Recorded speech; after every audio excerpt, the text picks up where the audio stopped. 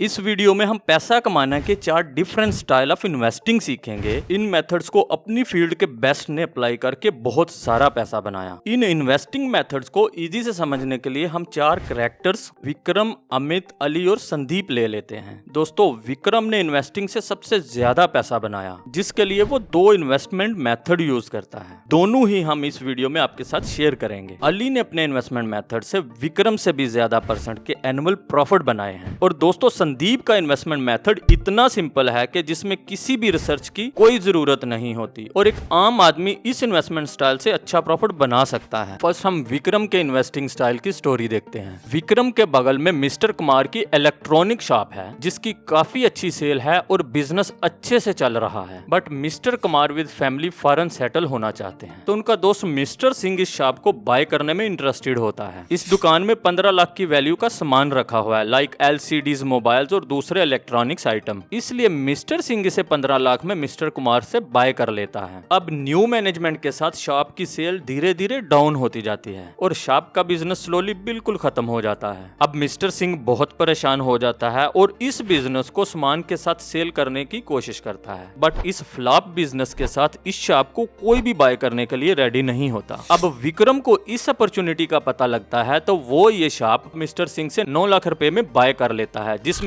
अभी भी 13 लाख की वैल्यू का तो सामान पड़ा हुआ है। अब आपके माइंड में ये डाउट होगा कि शॉप में 13 लाख की वैल्यू के आइटम हैं, तो मिस्टर सिंह इसे 9 लाख में क्यों बेचेगा? तो दोस्तों, ऐसा इसलिए है कि जब कोई कंपनी स्टॉक एक्सचेंज में लिस्टेड होती है तो जनरल पब्लिक उसके शेयर बाय कर सकती है। अब ऐसे में बहुत बार ऐसा होता है कि इकोनॉमिक कंडीशन या किसी और वजह से कंपनी अगर अच्छा परफॉर्म नहीं करती, तो इन्वेस्टर उस कंपनी के शेयर्स बेचने लग जाते हैं, जिससे कंपनी के शेयर्स की प्राइस उस कंपनी में पड़े सामान की वैल्यू और उसके कैश से भी कम हो जाती है। तो इस टाइम ये अपॉर्चुनिटी क्रिएट होती है। दोस्तों, विक्रम का ये इन्वेस्टिंग मेथड वॉरेन बफेट का इन्वेस्टमेंट स्टाइल है, जिसे Warren Buffett cigar but method कहते हैं। और वॉरेन बफेट ने ये मेथड अपने मेंटोर बेंजामिन ग्राहम से सीखा, जिसे बेंजामिन ग्राहम नेट मेथड कहते हैं। वॉरेन बफेट ने इस मेथड को कई सालों तक यूज किया और अपने लिए काफी सारा प्रॉफिट बनाया। दोस्तों, ये फिलॉसफी कहती है कि डूबते हुए बिजनेस ढूंढो जो बहुत ही सस्ते प्राइस पर अवेलेबल हो, और इन बिजनेस को इतने सस्ते में बाय करो कि अगर आज ही आप उस बिजनेस को क्लोज कर देते हो तो फिर भी उसकी प्राइस आपकी बाइंग प्राइस से ज्यादा हो। बेंजामिन ग्राहम का कहना है कि कॉमन आदमी ये नहीं बता सकता कि कंपनी का फ्यूचर क्या होगा, इसलिए उसे कंपनी के पास्ट और प्रेजेंट को देखकर ही उसमें इन्वेस्ट करना चाहिए। दोस्तों, इस स्ट्रेटेजी में समटाइम कंपनी की बैलेंस शीट में जितना कैश या उस कंपनी के एसेट्स शो हो रहे होते हैं, एक्चुअल में उस कंपनी के पास उसके इक्वल कैश या एसेट्स नहीं होते। मींस के कंपनी स्कैम करती है, तो इसे यूज करने से पहले अच्छे से डबल चेक कर लें। दोस्तों, अब विक्रम अमित से मिलता है, तो अमित से उसकी इन्वेस्टमेंट स्ट्रेटेजी सीखता है। अब अमित ऐसी कंपनीज में इन्वेस्ट करता है जिनकी ग्रोथ हो रही हो और जिनकी सेल हर साल इंक्रीज कर रही हो और जिन कंपनी का बिजनेस अच्छा चल रहा हो। अमित ऐसी कंपनीज में इन्वेस्ट करता है जिनकी ग्रोथ हिस्ट्री हो, बेशक वो कंपनी अमित को नॉर्मल प्राइस पे ही क्यों ना मिले, लाइक अमेज़न, गूगल, क्योंकि एक अच्छी कंपनी का प्रॉफिट एवरी ईयर इंक्रीज होता है और प्रॉफिट के इंक्रीज करने से कंपनी के शेयर्स की वैल्यू भी हर साल बढ़ती रहती है और फिर लॉन्ग टर्म में कंपाउंडिंग से अमित को अपनी इन्वेस्टमेंट पर बहुत सारा प्रॉफिट होता है। दोस्तों, अमित का growth investing method Warren Buffett ने अपने long term business partner Charlie Munger से सीखा, जिनका कहना था कि बेंजामिन ग्राहम का इन्वेस्टिंग का तरीका ठीक नहीं। इसलिए चार्ली मंगर के कहने पर वॉरेन बफेट ने अपनी इन्वेस्टमेंट स्ट्रेटेजी चेंज कर दी और आज भी वॉरेन बफेट इसी स्ट्रेटेजी से इन्वेस्ट करते हैं और आज तक वॉरेन बफेट ने अपने लिए 112 बिलियन डॉलर बनाए हैं। इसीलिए वॉरेन बफेट कहते हैं कि एक एवरेज कंपनी को सस्ते प्राइस पर बाय करने से बेटर है कि हम एक अच्छी कंपनी ठीक प्राइस पर बाय कर लें। और इसी इन्वेस्टिंग स्टाइल से वॉरेन बफेट ने आज भी कोको कोला और बैंक ऑफ अमेरिका में एक बड़ी अमाउंट इन्वेस्ट कर रखी है। दोस्तों, अब अली का इन्वेस्टमेंट स्टाइल ये है कि वो किसी भी कंपनी में इन्वेस्ट करने से पहले उसके बेसिक नंबर्स देखता है कि उस कंपनी के ऊपर कितना कर्जा है और कंपनी के पास कितना कैश रखा है, ताकि वो बैड मार्केट कंडीशन में सरवाइव कर सके। और फिर अली पूरा ध्यान इस चीज पर लगाता है कि कंपनी ग्रो कैसे करेगी, कंपनी न्यू कस्टमर्स कैसे लेके आएगी और क्या कंपनी को कोई न्यू ऑर्डर मिल रहा है जिससे कंपनी की सेल इंक्रीज करेगी, और फिर कंपनी के कंपेटिटर्स कौन हैं और क्या कंपनी अपने कंपेटिटर्स में सरवाइव कर लेगी। ये सब स्टडी करने के बाद अली कंपनी में इन्वेस्ट करता है और फिर क्वार्टरली रिपोर्ट चेक करता रहता है कि कंपनी ठीक परफॉर्म कर रही है, और अगर कंपनी ठीक परफॉर्म नहीं करती तो फिर से रिसर्च करता है कि क्या कंपनी का बिजनेस वैसा ही है जैसा पहले था और क्या कंपनी ग्रो करेगी, और अगर यस तो ओके, और अगर अली को लगता है कि कंपनी ग्रो नहीं करेगी तो वो अपना पैसा निकाल लेता है। दोस्तों, अली का मेथड पीटर लिंच का इन्वेस्टिंग मेथड है और पीटर लिंच ने वॉरेन बफेट से ज्यादा परसेंट के एनुअल रिटर्न बनाए हैं और यही पीटर लिंच के फेमस होने का कारण है। पीटर कहते हैं कि आपको ज्यादा से ज्यादा कंपनी के बारे में जानना चाहिए। दोस्तों, 1993 में जॉनसन एंड जॉनसन कंपनी के स्टॉक्स $57 से $39 तक गिर गए, बट पीटर ने ये फाइंड आउट किया कि कंपनी का बिजनेस तो अच्छा है और कंपनी की अर्निंग भी पिछले 10 साल से लगातार बढ़ रही है और पिछले 32 साल से कंपनी रेगुलर अपने शेयर होल्डर को डिविडेंड पे कर रही है और 10 साल में कंपनी की सेल्स भी डबल से ज्यादा हो गई हैं। बट दोस्तों, उस टाइम में यूएसए में हेल्थ केयर लॉ बनाने पर डिबेट हो रही थी और अगर ये लॉ पास हो जाता तो हेल्थ केयर कंपनीज को बहुत लॉस होता, जिसकी वजह से इन्वेस्टर जॉनसन एंड जॉनसन को हेल्थ केयर कंपनी मानकर इन्वेस्टमेंट नहीं कर रहे थे। बट कंपनी के बिजनेस को जानने की वजह से पीटर ये जानते थे कि जॉनसन एंड जॉनसन का 50% प्रॉफिट आउटसाइड ऑफ अमेरिका से होता है और बाकी का 50% प्रॉफिट जो अमेरिका से होता है उसमें से भी 20% प्रॉफिट कंपनी शैम्पू और दूसरी ब्यूटी प्रोडक्ट बेचकर बनाती है। इसलिए अगर ये लॉ पास भी हो जाता तो कंपनी फिर भी प्रॉफिट में ही रहती और दोस्तों ऐसा ही हुआ। अगले 18 मंथ में कंपनी के शेयर्स की प्राइस डबल हो गई। अब संदीप का मेथड देखते हैं। दोस्तों, संदीप एक एवरेज पर्सन है जिसे शेयर मार्केट का ज्यादा नॉलेज नहीं, बट वो शेयर मार्केट की बेसिक समझता है। अब एक एक करके अच्छी कंपनी फाइंड आउट करना जो फ्यूचर में अच्छा परफॉर्म करे, इसमें टाइम भी लगता है और इसमें रिसर्च और नॉलेज भी रिक्वायर्ड होता है और ये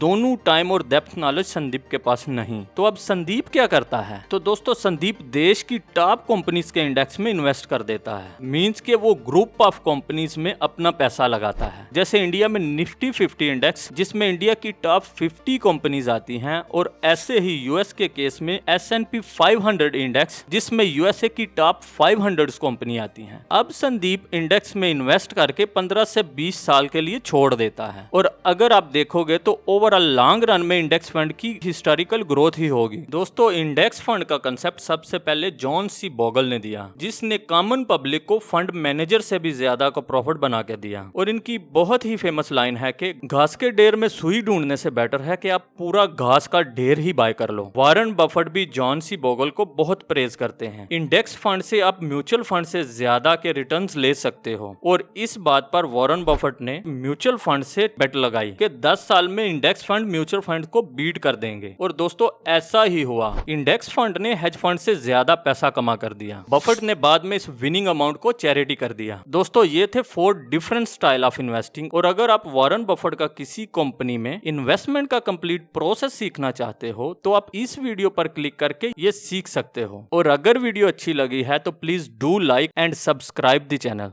थैंक्स फॉर वॉचिंग।